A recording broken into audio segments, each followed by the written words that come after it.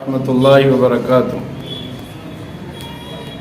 رسول اللہ صلی اللہ علیہ وسلم نے ایک مرتبہ اپنے صحابہ سے ارشاد فرمایا، ممبر کے قریب ہو جاؤ۔ جو جمع ہو سکتے تھے جمع ہو گئے۔ اس کے بعد آپ صلی اللہ علیہ وسلم ممبر کی سیڑھی پر چڑھے تو آپ نے فرمایا آمین۔ دوسری سیڑھی پر چڑھے تو پھر فرمایا آمین۔ تیسری سیڑھی پر چڑھے تو پھر فرمایا آمین۔ پھر آپ نے خطبہ دیا، اس کے بعد آئے نیچے تشریف لے کر آئے تو صحابہ نے عرض کیا، رسول اللہ صلی اللہ علیہ وسلم آج ممبر پر چڑھتے ہوئے ہم نے آپ سے ایسی بات سنی جو پہلے کبھی نہیں سنی تھی۔ آپ صلی اللہ علیہ وسلم نے ارشاد فرمایا، اس وقت جبرائیل امین میرے سامنے آئے تھے، انہوں نے کہا ہلاک ہو جائے وہ شخص جس کے سامنے رمضان کا عظیم اور بڑا مہینہ آوے اور وہ اس میں عبادت کر کے اپنی مغفرت نہ کرائے۔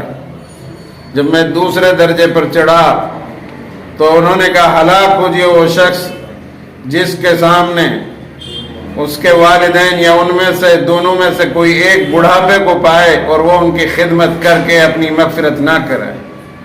جب تیسرے درجے پر چڑھا تو انہوں نے کہا ہلاک ہو جائے وہ شخص جس کے سامنے رسول پاک علیہ الصلوۃ والسلام کا نام نامی آئے اور وہ آپ کا نام سن کر آپ پر درود نہ بھیجے۔